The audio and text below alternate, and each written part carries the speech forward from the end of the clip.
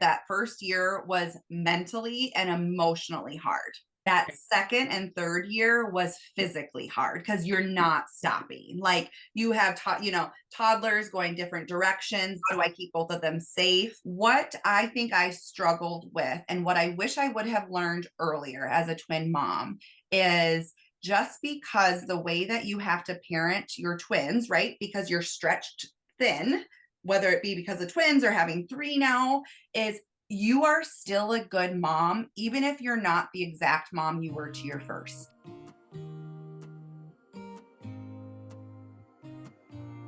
Hey guys, my name is Shayla. Welcome to the Hey Shayla Podcast.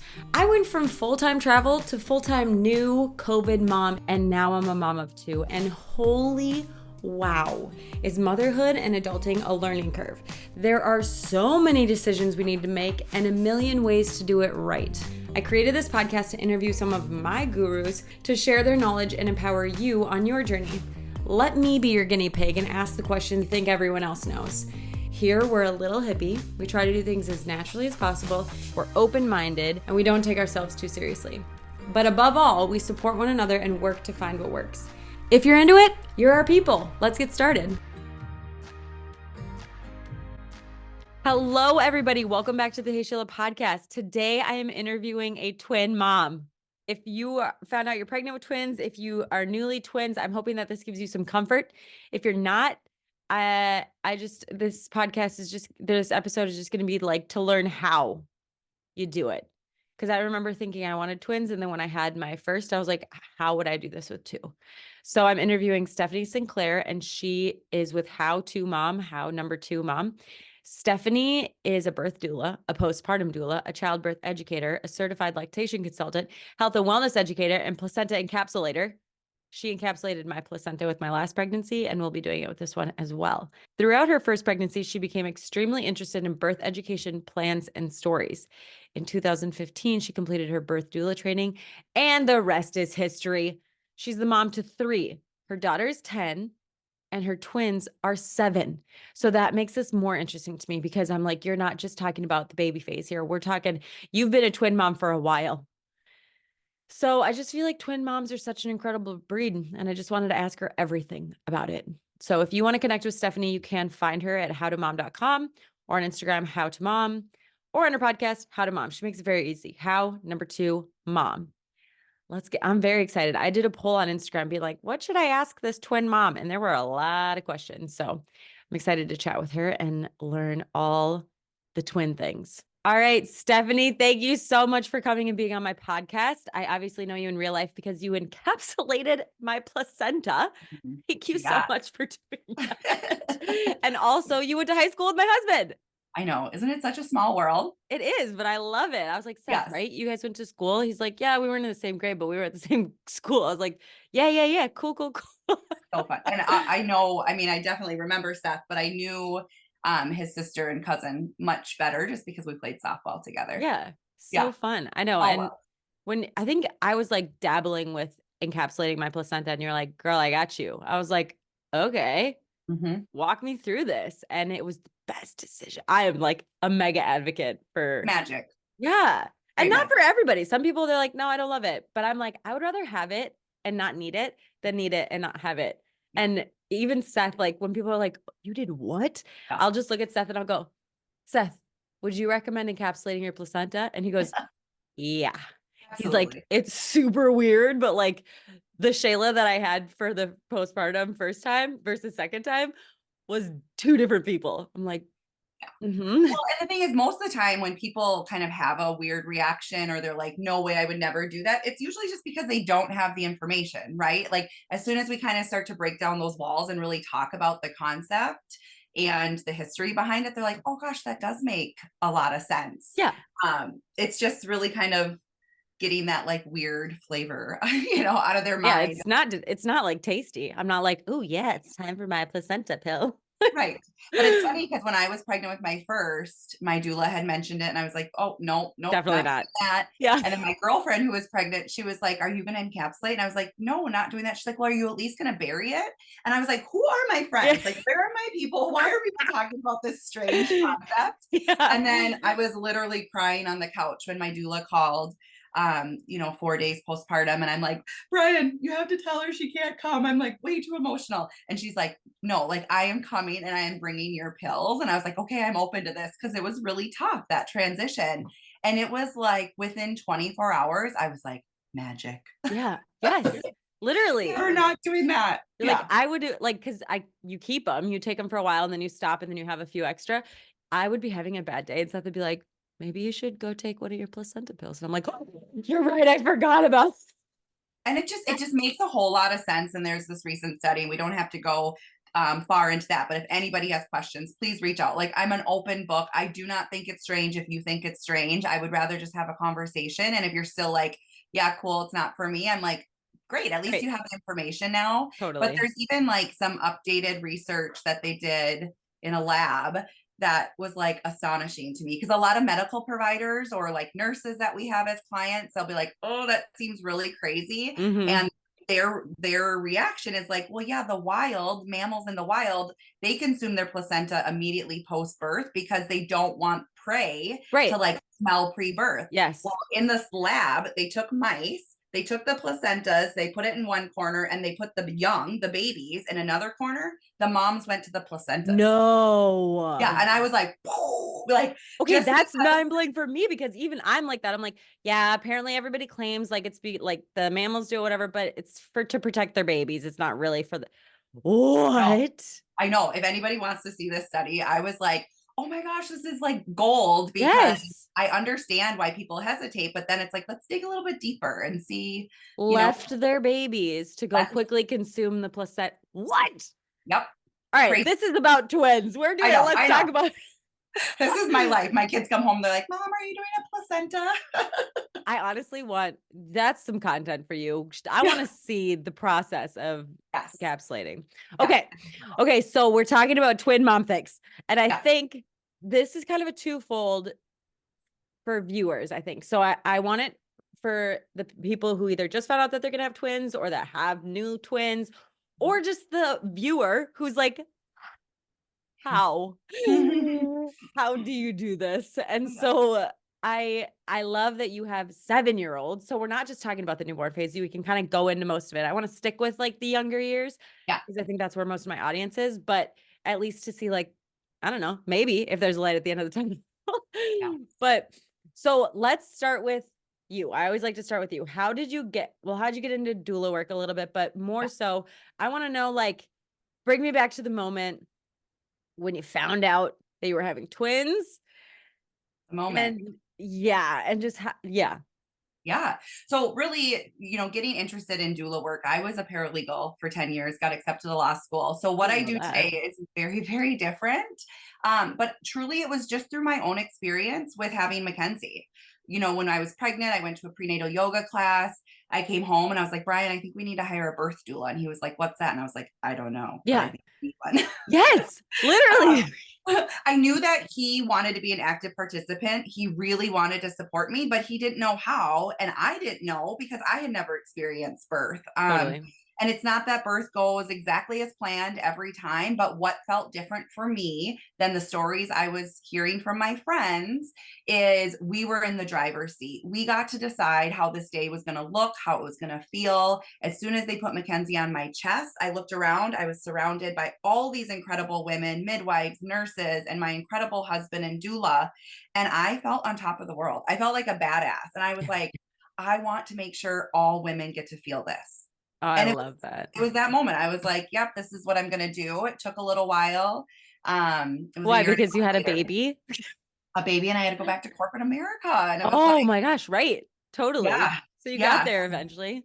Got there eventually. And honestly, I just feel really honored to get to do this work every single day. I have an incredible team here at How to Mom, and we get to just meet like the coolest people. We get to be a part of the most vulnerable transitional moment in their lives. And truly, we want How to Mom to feel like a family, regardless of what services or if you just follow along. We just want moms and parents to feel like they're not alone on this journey. So it was through that process. So Mackenzie was 1.5 years when I started doula work. I just started serving families left and right. I just couldn't get enough. I wanted to experience all kinds of birth. It was when she was about I would say 2.5, Brian and I decided we wanted to have another baby. And a little bit of a backstory is all of our babies are conceived through fertility treatment. Okay. So I have PCOS and endometriosis. I was never able to conceive naturally. And so we go through different medications to mature eggs to ovulate, and then we do what's called IUI, insemination. When we went for Mackenzie, funny story, because I'm an open book, I literally got into my car with Brian's sperm in between my boobs, and I had no gas. And I was like, ah! So I would pull up to this holiday, I'm pumping gas, and I'm like, I'm never going to forget this moment that like I'm really carrying. So Brian was with for that. Gosh, that was so our funny. third try, but it was successful.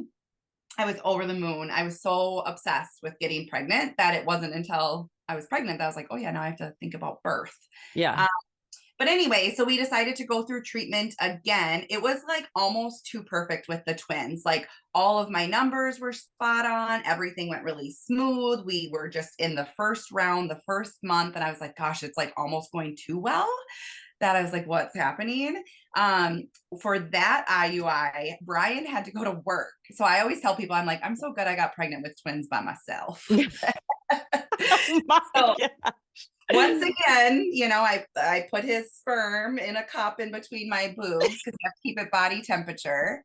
And I go along to the clinic and do insemination, and I'm laying there, and kind of a weird story, but with Mackenzie, I didn't know until after I delivered her, I had this super unique placenta. It's called the velamentous cord. So not only was it marginal, so like usually the cord comes from the center of the placenta. Mine was on the top, or I'm sorry, on the side, and it was connected through like my sac. And so all of the vessels were exposed. I did not know this, thank God. I think I would have been a nervous wreck through that pregnancy. But then my placenta also had double the vessels, and it had 3 lobes. So my midwife was like, I think you initially conceived triplets, but then I had really bad bleeding at 12 weeks. And so the other 2 just didn't take. And then my body got rid of them. Yeah. So here I'm like, oh my gosh, I have this miracle baby who like survived this really high risk pregnancy that I didn't know I had. Thank God. I know really sometimes too much information is too much information, but anyway. Exactly. And I think a lot more people find that out now because of the multiple ultrasounds, whereas I just Totally. the one. So so my doctor, we do IUI, they legit prop your hips up, you know, like Phoebe on Friends, where you're like back. And she's like, okay, get pregnant, but not too pregnant. And I say to this day, like, she jinxed me. Yeah, no kidding. Yep. So I left with Mackenzie. I had no idea because I had never been pregnant. I had some cramping, but I was like, of course, I was like, oh, that means I'm getting my period. Yeah. Well, with the twins, like literally that night, I sat down and I was like, I'm definitely getting pregnant. Like I could feel the fertilization. It was so strong. It was so obvious. And I was like, yep, it worked. Like I was like, I for sure got pregnant that round. So we had to wait the couple of weeks. I went in for blood work, and my HCG levels were triple what they were with Mackenzie. So right away I was like, yep, something's happening in my body that's different than before. I had the approach of like, God, would it be fun to have twins? Like, yeah, right. Yes. That is what you think. Yeah. Babies. My husband's like, just one healthy baby. Just one healthy baby. Like he's like praying. We could have 3, only 2 pregnancies. This is I felt like I didn't know if I was gonna, you know, be able to do this totally again. Yeah. I was like, well, if I can get 3, I would be super blessed, you know. And Brian's like, just one healthy baby. So we're going to the ultrasound that morning, and this is just like so spot on for our different personalities. I'm like, wouldn't it be cool? And he's like, just one baby, you know. Yes. We bring Mackenzie to the ultrasound with us. She's 3.5, so stinking cute. Yeah. And we're in there and they're doing the ultrasound, and she's like, yep, just one healthy baby. And then I look over and Brian's like, yes, you know. And then all of a sudden she goes, oh no, wait, there's 2. So I have this video of Mackenzie. She's running around to the whole family. She's like, just one baby. Oh nope, there's 2. Oh my gosh, so funny. Oh my gosh. So in that instant, I look over and Brian's like, okay, all right, we can do this. It's okay. Everything's fine. I'm bawling. He's like, wait, I thought you wanted this. And I was like, in a fantasy. I'm like so not connected to reality.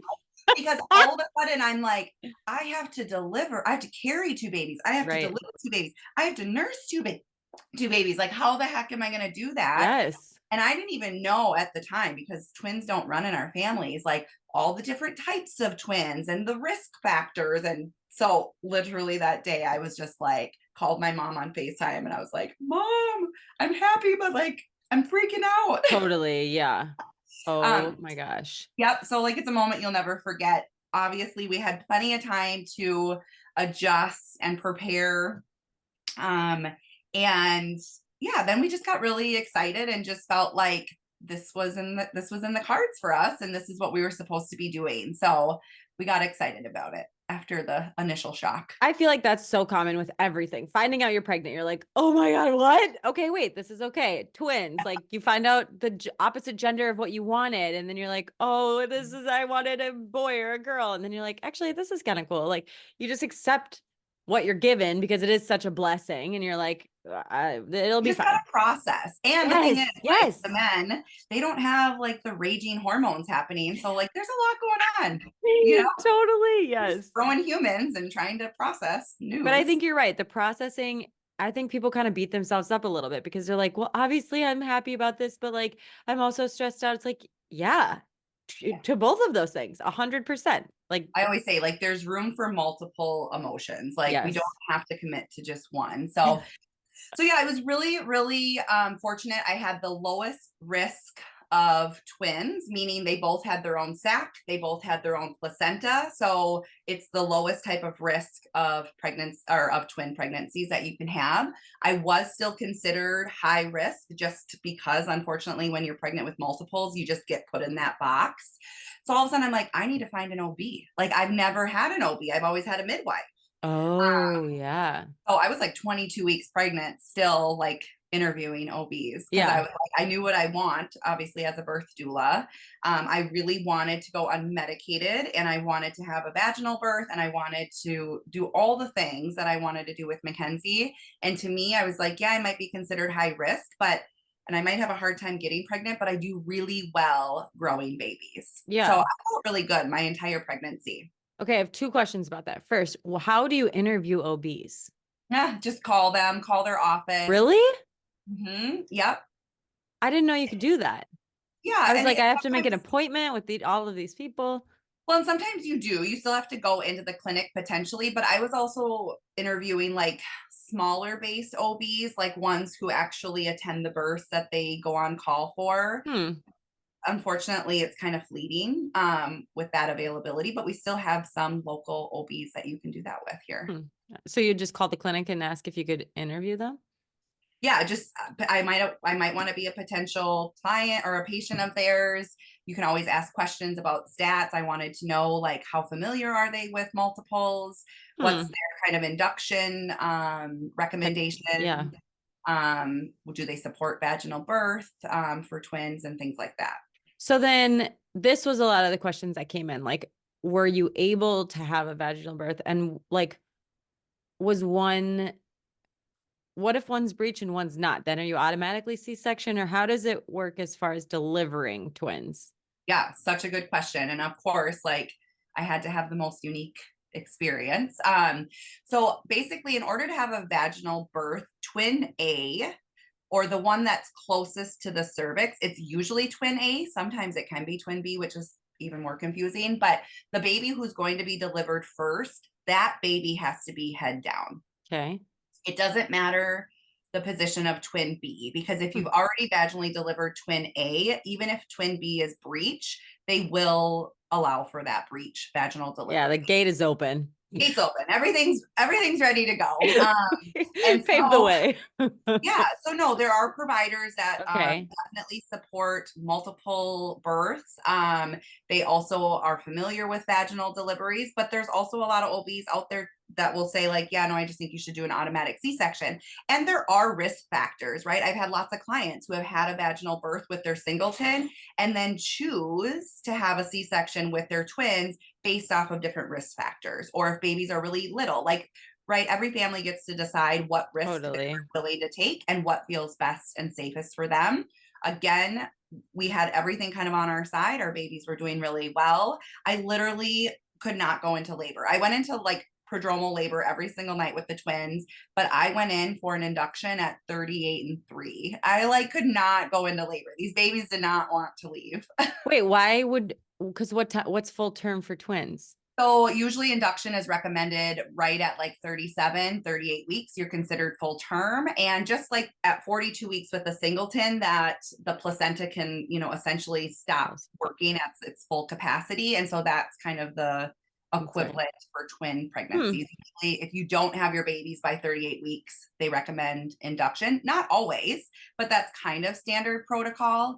I also felt okay with that because I went in at 38 weeks. I looked good. The babies looked good.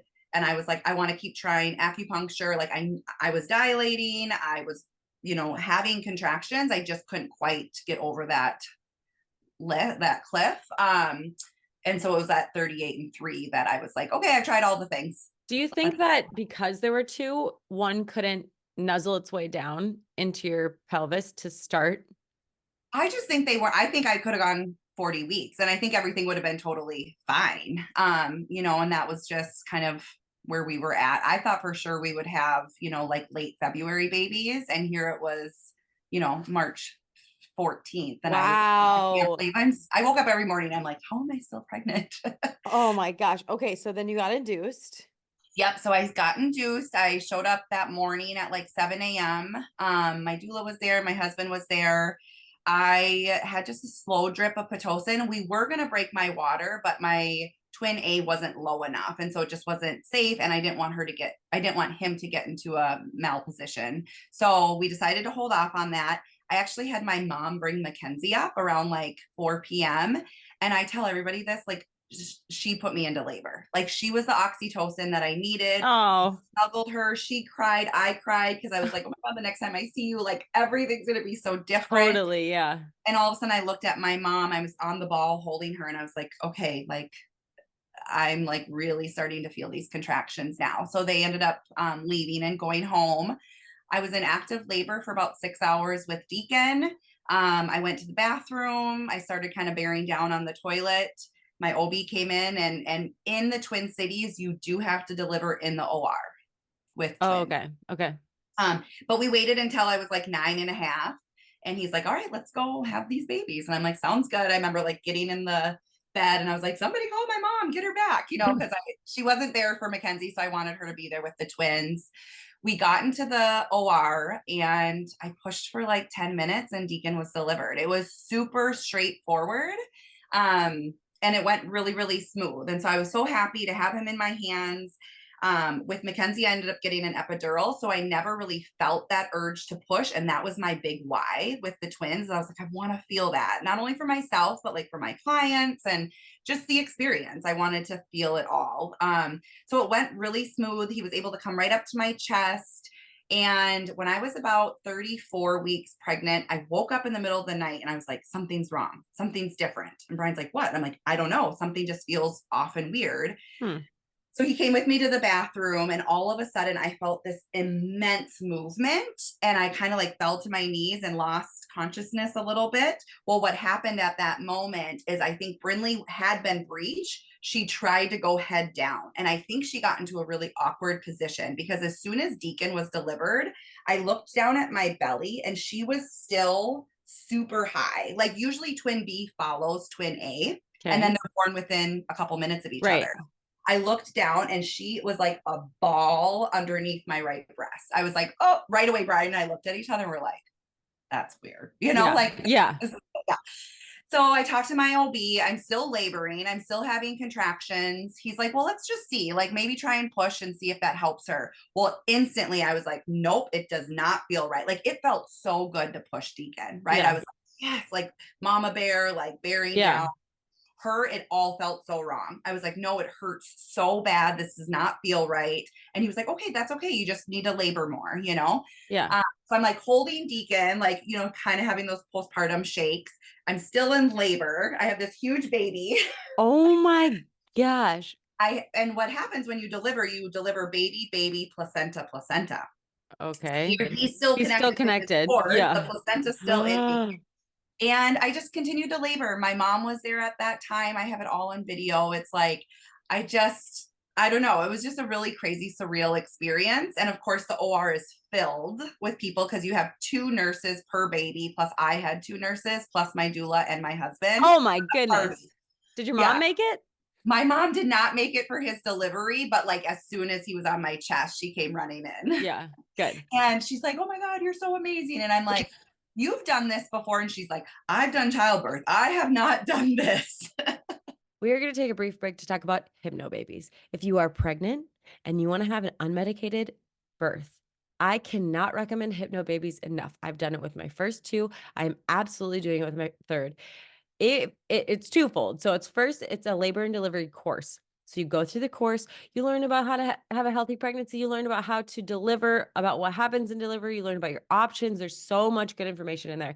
And then it's audio tracks that you practice while you're pregnant to help you relax, to help you not fight the contractions because that's going to make it hurt more, but instead just let the contractions roll over you. If you're into meditation or mindfulness, this is amazing.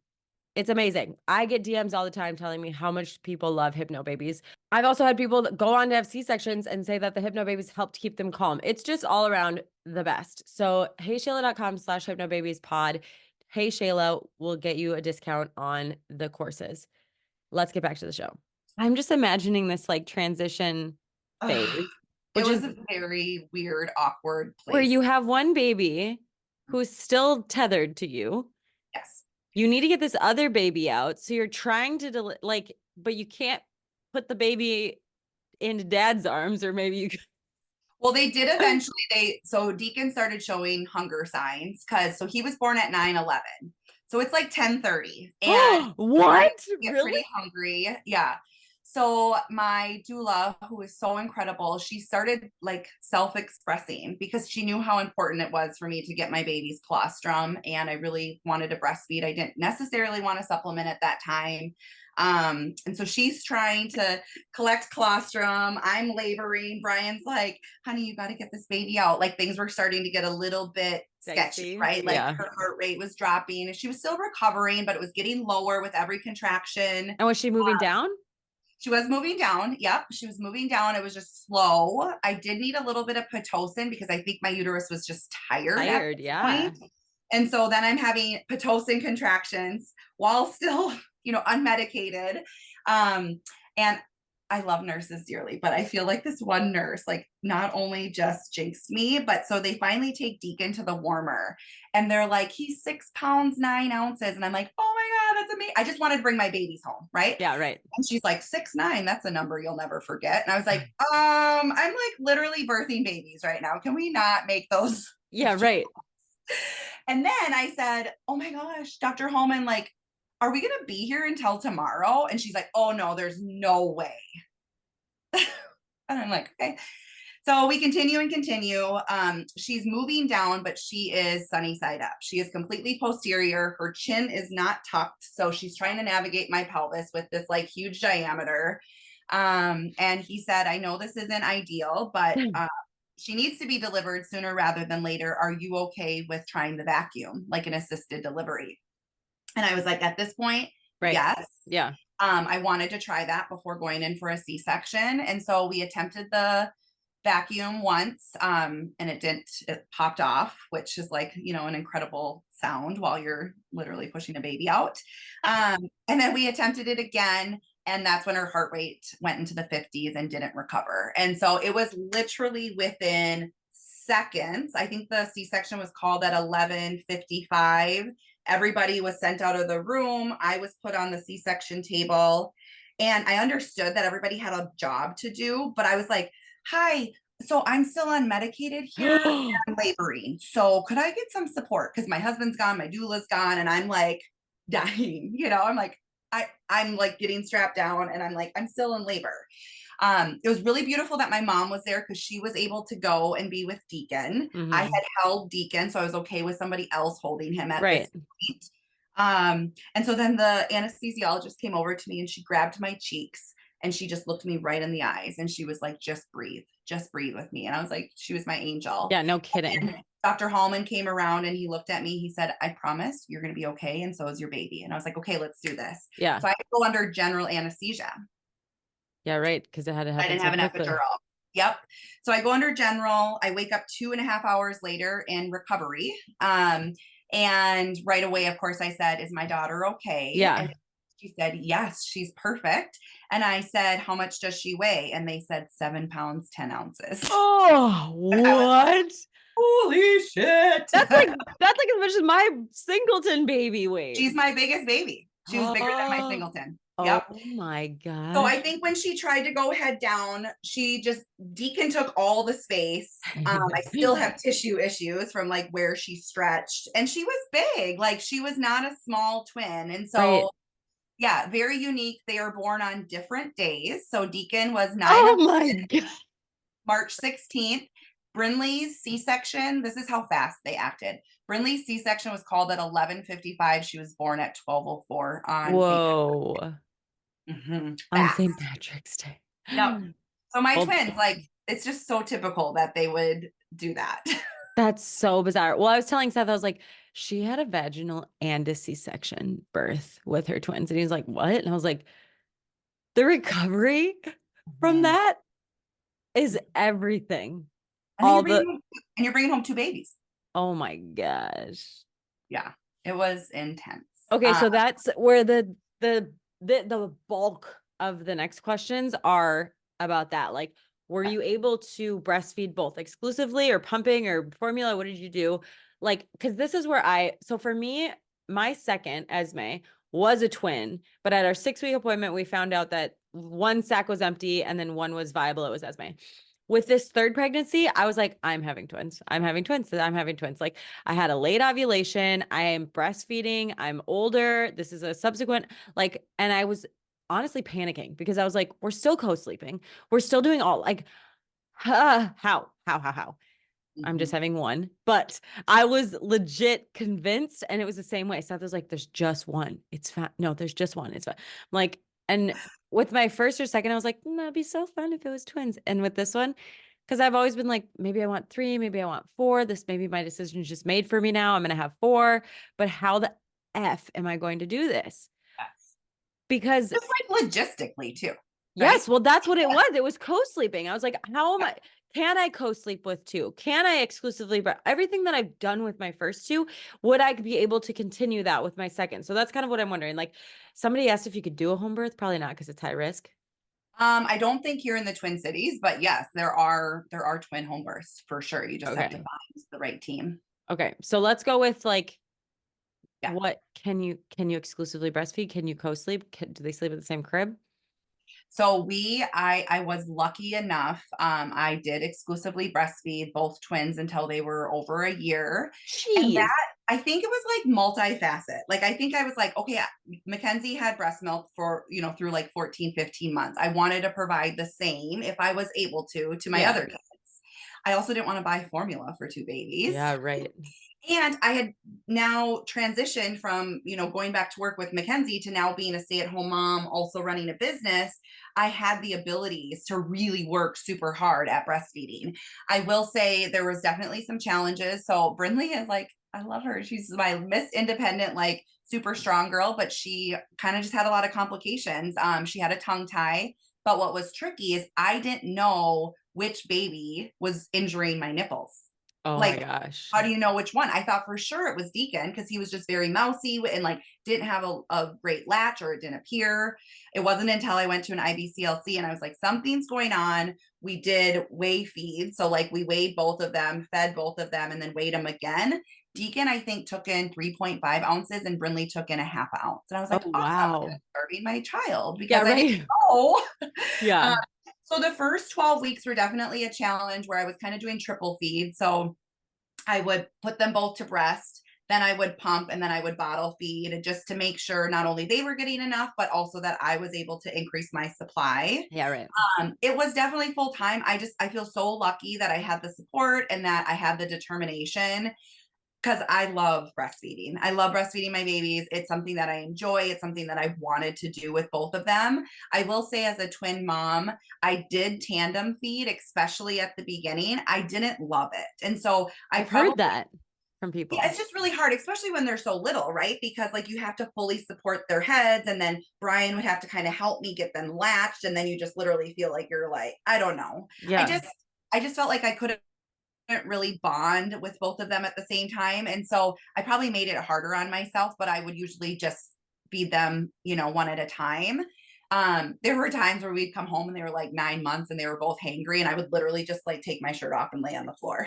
Like, right.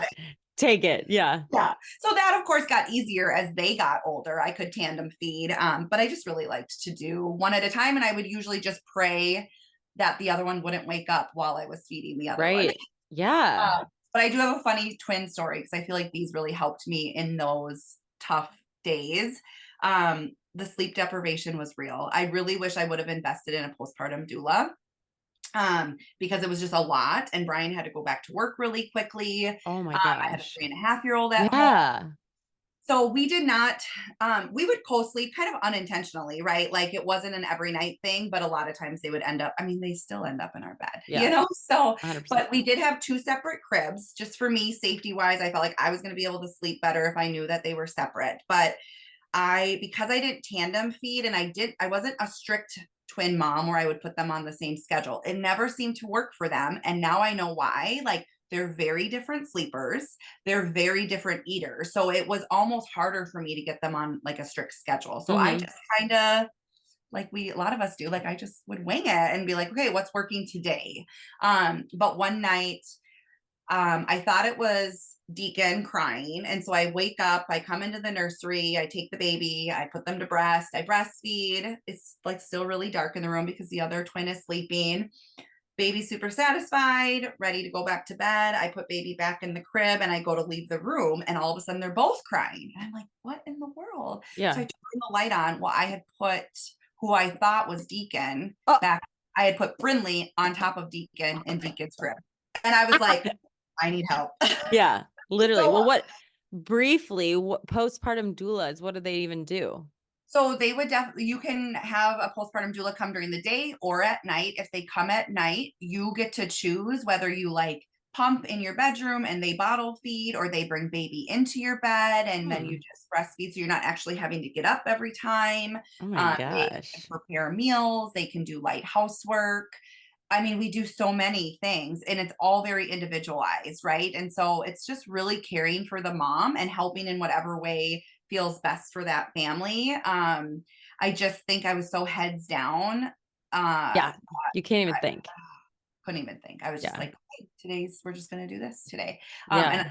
And it made it easier that Mackenzie was 3.5. Like I look at some of these families where they have a 1-year-old or 1.5-year-old and they're bringing home twins. But I want everybody listening right now, every baby is individualized. You can bring home one baby who is a tough sleeper, and that postpartum time is going to be really hard. You can talk to a twin mom who's like, my twin slept great and it didn't feel that crazy to me. I was like, this is nuts. Yeah. Well, especially because your husband went back to work so soon, and you were transitioning from corporate to stay-at-home mom, which is a tough transition, even if you just had your 3.5-year-old, just like being at home with your kid all freaking day and trying to like navigate, okay, what's our new schedule? Like, what are we doing with this? But then you also had twins and you were also postpartum recovering from 2 different types of birth. And yeah. Do you know if co-sleeping is safe with twins? I think co-sleeping can always be safe. Okay. I'm a big believer. Like if you look at the research, co-sleeping can always be safe if you follow certain guidelines. So whether it be 1 baby or 2 babies, we would usually have them in something when they were in our bed just to prevent the 2 of them from like rolling onto each other. Yeah. But a lot of times too, like this sounds funny, but like a lot of times I enjoyed only having one. Totally. Whoever needed me most that night, I would just have, because then I was able to bond with them like more individualized. Yeah. Well, and I just interviewed Dr. Greer, she wrote The Nurture Revolution. I don't know if you've heard of that book. Have you read it? No, I haven't read it. Oh, it is Oh, it's so good. If you are like an intuitive parent, it's mostly specifically talking about the first 3 years and just like she's a neuroscientist. So what it does to the baby and the parent's brain to like respond to your baby. Anyway, she was Well, like, and obviously breastfeeding increases the safety too of co-sleeping. co-sleeping. Yeah. Well, her thing, because I'm like a huge advocate, I'm like, everyone should co-sleep. Done. And she's like, an adult bed is not a safe place to co-sleep. And I was like, what? And she's like, you need to make it appropriate for co-sleeping. You need to make sure that there isn't the big fluffy blankets, that there isn't all the comfortable things that adults need. That all needs to change. So it shouldn't just be a haphazard sleep with me, Right. which And is, that's and I think when you look at the research and like that's why I say like co-sleeping can always be safe if it's yes, done safely. exactly. But what we did with the twins when they first came home is we had that crib that attaches to your bed. So So nice. they had their own space, but they were Right right next to there. me. I was able to Yeah. swap them. Yeah. And just swap them. Yeah. Yeah, Yeah. That's absolutely. awesome. Yeah. So no, I was really lucky to be able to breastfeed them for as Yeah. long. I was ready to be done though at a year. I was like, okay, we made it to a year. Yeah. And we're done. And we're done. So Yeah. you nursed and you bottle fed. Yeah, I mainly nurse. I mean, for sure, the first 12 weeks, because of her tongue tie, I had to supplement with breast milk. So, like, I would always have to make sure and give her a Yeah. bottle after until she was fully healed. But to me, especially because I was home with them, I just come from like breastfeeding is so much easier once you're like in it and you feel like confident and comfortable with it because Totally. washing bottles, like I'm like, it's for the birds, like the constant, but there were times at night if I was having a really tough day or a tough night, oftentimes Brian would wake up with me and he would hold one while I nursed one and then swapped him out. Yeah. And he did all this while, also waking up and going to work in the morning. Right. So that definitely helped with our success as I have an incredible partner who is a really great dad. He never looked at it as like, okay, you're home with the kids, you deal with them at night. Like, Yeah. he was No, I very think that's massive. yeah, Totally. absolutely. So now that you have 7-year-old twins, what would you say so far has been the hardest part? Or what Well, phase? What phase? Like the newborn yeah. phase, the pregnancy phase, now that they're a little bit older? Yeah. So I was thinking about this when I was getting ready today. I just believe that they're all hard, but for different reasons. If I had to explain it, that first year was mentally and emotionally hard. Okay. That second and third year was physically hard because you're not stopping. Like you have toddlers going different directions, the fear of like going out in public and what happens if they go to different places. Yeah. How do I keep both of them safe? I always thought it was so crazy when I would see, and this is bad, but that like I feel like motherhood humbles you. Yes. When I would see other moms with like a leash, like a backpack and a leash, I was like, oh my God, I would never. Yeah. Oh my gosh, that was like one of the first things I thought when the twins were walking. It was about safety. Like, how do I keep two toddlers safe when they're wanting to go two different directions and I'm only one person? Totally. So it really wasn't until they were like probably 2.5 that like I really felt confident about going out in like the wild with 3 kids. But so that first year mentally, emotionally exhausting, that second and third year physically, and then I think now it's back to that like mentally exhausted. Yeah. I'm surprised because I feel like physically, like recovering and breastfeeding and all of that would be so demanding the first year.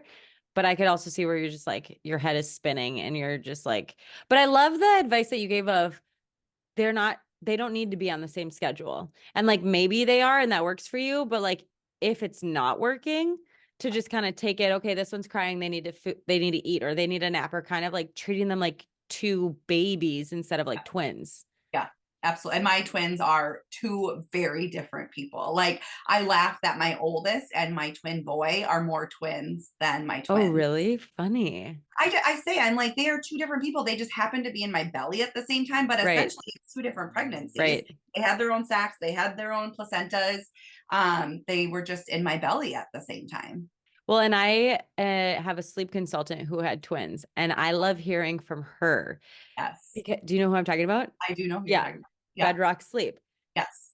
One of her twins sleeps through the night, goes to bed, no problem. The other one is like up early, up multiple times a night, up whatever. And I'm like, but you're a sleep consultant. Your kids should be doing the same, and they're twins. They should be doing the same thing. And she always shares how drastically different their sleep is as just one example.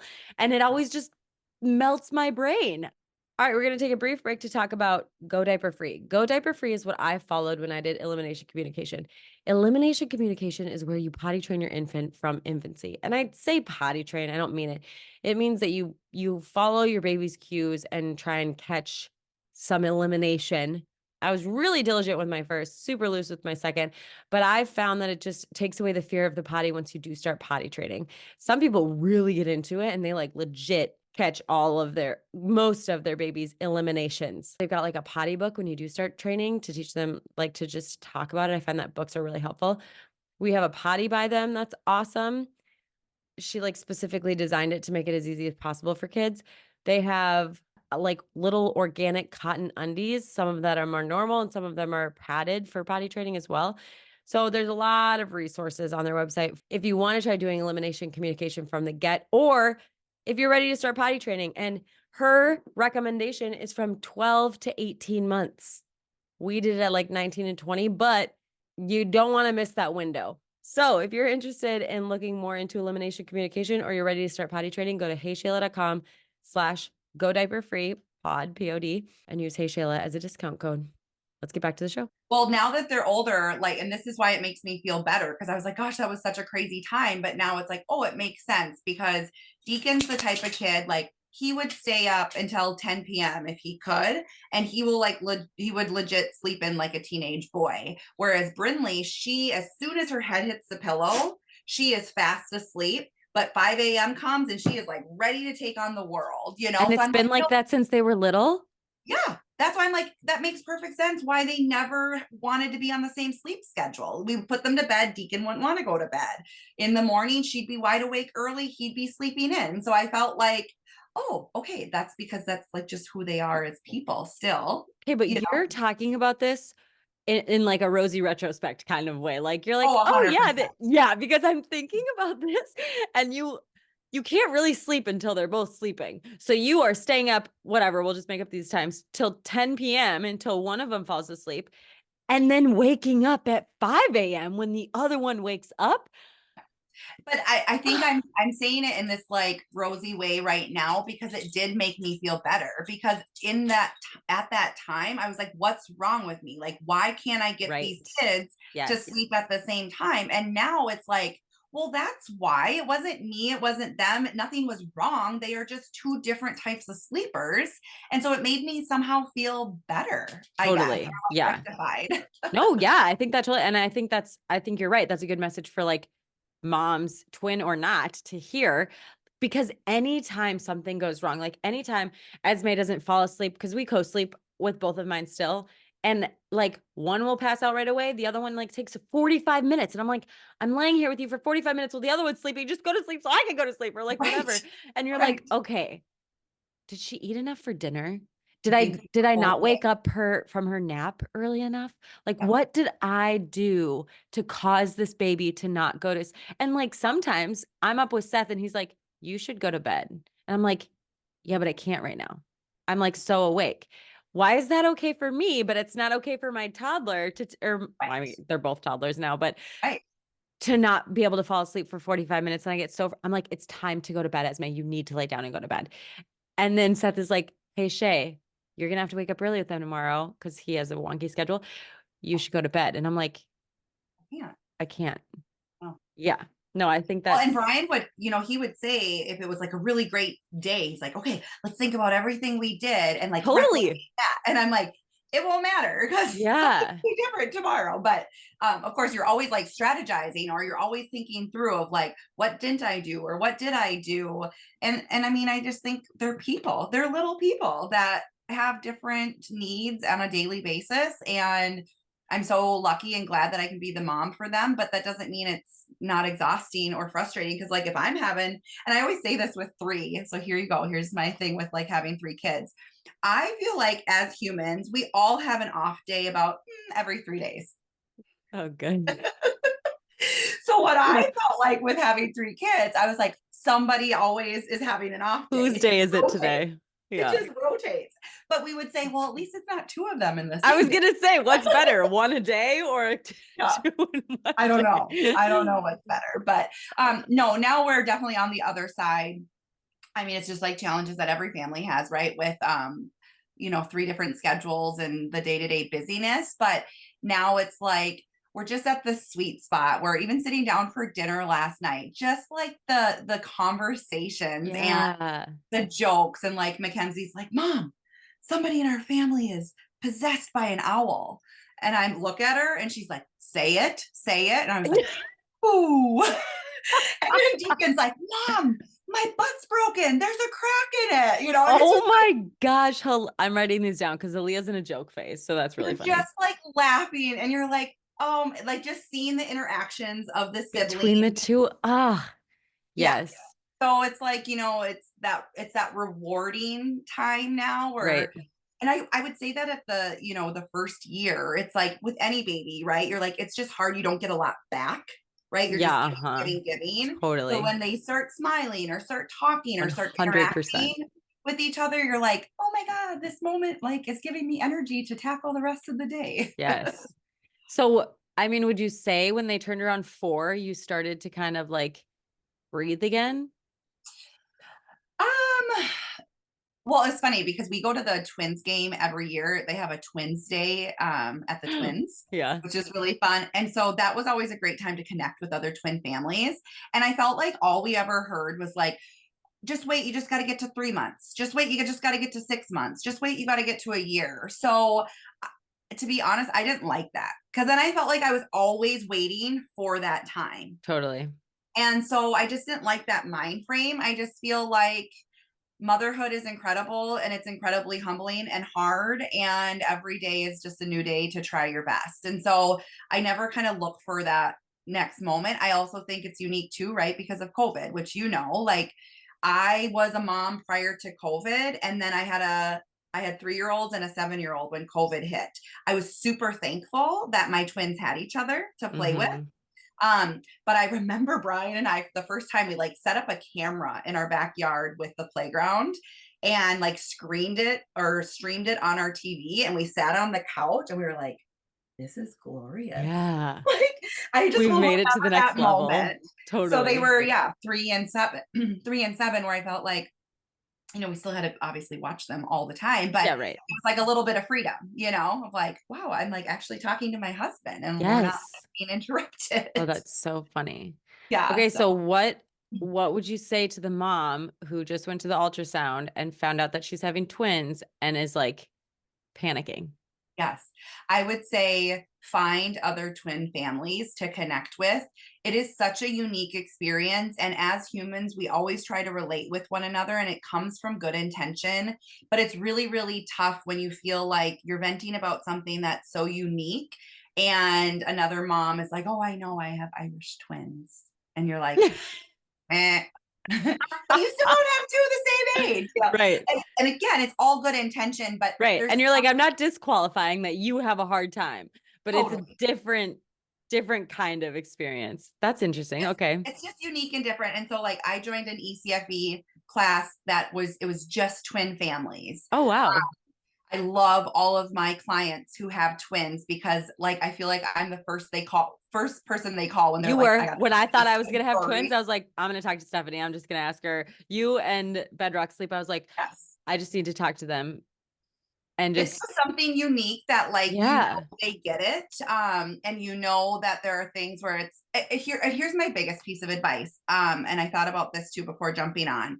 What I think I struggled with and what I wish I would have learned earlier as a twin mom is just because the way that you have to parent your twins, right? Because you're stretched thin, whether it be because of twins or having 3 now, is you are still a good mom, even if you're not the exact mom you were to your first. Because I felt like I was always comparing, totally. I was able to be like this with Mackenzie, or I was totally present, or I researched all the things for Mackenzie. And now I feel like I'm just trying to just keep up with the twins. And it took me a while to go, like, I'm still a good mom. I might look like a different mom now as a mom of 3 and with twins, but I'm still a really good mom. And I had 2 singles and I had the exact same experience as that. See? Yeah, Yes. because I'm like, okay, well, I can't give you the one-on-one attention. Like my second was just a barnacle baby, where my first I was like on the ground with her and playing with her and like doing the same thing, like researching how am I going to do baby-led weaning. And then like my second, I'm like, oh, you're like 7 months. We should probably start feeding you solids maybe. Like, and same thing with pregnancy. Like I'm pretty sure I'm 22 weeks. Nice, Couldn't nice. tell you the fruit size. I don't know what fruit size they are, or You knew like, with your first. Yeah. yeah, exactly. And so that I think is just any Yeah. subsequent pregnancy. Absolutely. And it's just letting go of like any type of perfectionism, Yeah, but it's comparison. hard because you are like, I gave this experience to my first that I'm not giving to my second. But like with my second, I had to be like, but she's literally, I hold her 24/7. So she is seeing everything that I'm doing. She's watching her sister do everything. Like she's getting a different, but still good experience. And you Yes. do have to let go of some of that. Yeah. Okay. Well, and I think too, now that they're 7 and 10, they possess different unique qualities that are so cool. And I'm like, Brinley has these certain qualities because she's the third. Whereas Mm-hmm. like Mackenzie, I probably did a lot of things for her for 3.5 years. Whereas like Brinley at 2 years old, she's like, I don't need help. Like I got it. Totally. So it's Yeah. not bad that it's different. Like Yeah. giving these children that there is something to be said about birth order, Yeah. and how that shapes who they are. And like our world needs all of these individual humans. Totally. Yeah. Yeah. So I gotta just kind of try and let go and just say, like, I'm doing my best and my best is good enough today. Yeah. I am so glad I interviewed you having 7-year-old twins, because I feel like you have such a just something to look forward to for the people that are panicking, because yeah, I think you're just in this tunnel where you can't see So anything ahead. Yeah. And you're just panicking. And I mean, I don't want to put this dark cloud around it, because I got a message too. I told you this, that somebody's like, ask her what the best part of being a twin mom is, because I'm so glad I had twins. And I feel like it is a little bit of perspective. It is a little bit of mindset. It's also, I'm sure, how much support you have. It's if you have a high needs baby or a low needs baby, and like every individual is so, or every family and experience and babies are so unique. Yeah. yeah, I know. And I love that for that mom. That's incredible. I've always really tried here at How to Mom to talk about all things motherhood, like the good, the hard, all of the things, because otherwise we get this perception as though like it's only one way. And that's just Mm-hmm. not, you're only seeing one side to everybody's home and life and children. Totally. We're all just, trying our best and wake up every day and go, okay, what are the needs of my family today? Right. And try and just tackle that versus, thinking too far ahead or going down that rabbit hole of regret. It's like Right. we all could do that. But I think it's always fun to get my mom's perspective too, because she was and still is an incredible mom, but she would come to ECFE with me sometimes with the twins. And she's like, this is amazing. Like your generation, like meets to talk about how to be a better mom. Like we just like we would just wing it and be like, Yeah. yeah, it's just a different. So it's just like, I think sometimes we think we always have to be like the next step, better, better, better. When it's like, I feel like we're already making so many generational changes. Totally. I agree. Awesome. Well, Well, I thank hope you. I answered most of the questions. Yeah, I think we did great. I think I mean, yeah, I think just for me, the takeaways are your kids are different. Treat them like 2 different ones. Take it day by day. Have some grace for yourself and know that there's a light at the end of the tunnel, I guess. But also to try and find the light in each day. And Absolutely. that can either be like, F you, Shayla, or that can be like, okay, let me try and do this. Like, or both. And just find that support, find that village. It Yeah. doesn't necessarily have to be family. My family, certain ones of them tried really hard, but nobody could really relate. Nobody had experienced what I was going through, and so it just was really helpful to find other people that were in it. Right. But like, we have to go. But I am like, because I remember thinking, being up with Aaliyah at night, what if I had two? So like, there has to be moments where you're just like, what is happening? You've got both melting down. You need to like comfort them both. And you've got your 3-year-old coming in. Like, were there plenty of moments where you were just like, how can I do this? Oh, yeah. Yeah. And there's Rhetorical something to question. be said too of like, again, like with your first, I feel like you're able to meet all, if not most of their needs. There were definitely times where I was like, it is best for me to put my 2 babies in their cribs right now, even if they're crying, so that I can go take a minute. Like, yeah, I need to be in a healthy, good place in order to care for them. And that isn't a direct reflection of like, and there's something to be said too about sleep training. And this is why I really connected with Stephanie from Bedrock, because I was like, I will never sleep train. I will never sleep train. When I had my first, I didn't have to sleep train. But of course, you have this judgment, right? Of like, why would you ever do that? Well, at a certain point with the twins, I was like, it is no longer healthy for my babies or myself to not be sleeping. Like there has to always be balance, there has to always be grace, and there always has to be respect for other families, that like everybody's going to do things differently, and that's okay. Yep. Because we don't know what anybody else is going through. Absolutely. And I know we have to go, but one funny story that I want to leave everybody with, because there are days in parenthood, right, where you just have to like laugh and like say, like, I give. And I did a Facebook Live as like right after all this was happening, because I was like, I need to bring people into my world. This is crazy.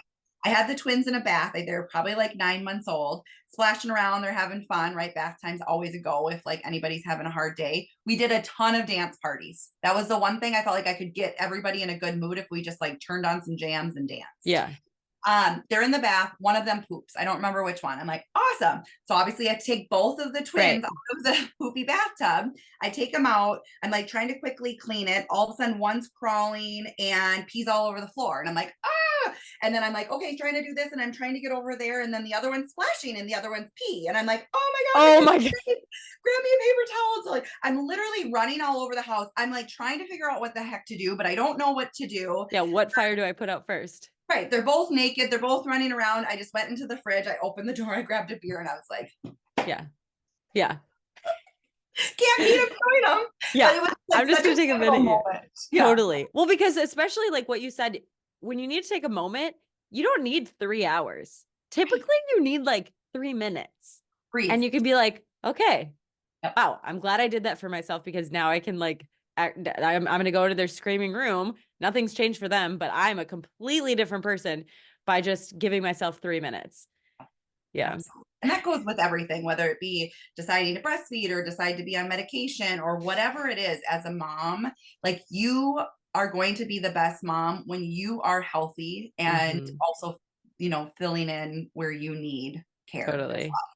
So. I love the bath story. Oh my gosh. Like, I'll have to send you that Facebook Live, because oh my gosh. I forgot that was the whole point. You were on Facebook Live. Oh my God. I had to, because that, honestly, I felt like sometimes like social media was my friend when I was here all day with 3 kids. I was like, go and talk to my friends on Instagram. Yes. Oh my gosh. Cause you're like, the mess is already done. Now I just have to chill out and clean it up in a minute. At that point, I was like, I lost this fight. I might as well just sit back and kind of laugh and just take it in, because amazing. Yeah. All right, cool. Nothing's gonna happen. Well, thank you for chatting with me about this. I feel like this is a good topic for people to hear about. Thanks for having me. Yeah. I appreciate it. And we'll connect again when you come pick up my placenta in the cooler. I can't wait. Do our little deal. I always feel like a drug dealer when I'm getting placentas, especially like for my other doulas. I'm like, meet me in the holiday on 80th. Hilarious. Oh my gosh. Deal. Yeah. Thanks for having me. I hope that this is a helpful conversation for those listening. Thank you. All right. Thank you guys so much for listening. If you enjoyed it, please share with somebody you think would love. And I would be so honored if you would subscribe to the podcast and leave a comment and rating below so I can know what you guys are digging, what you want more of, just connect with you a little better. Thank you so much for listening, and I'll see you next time.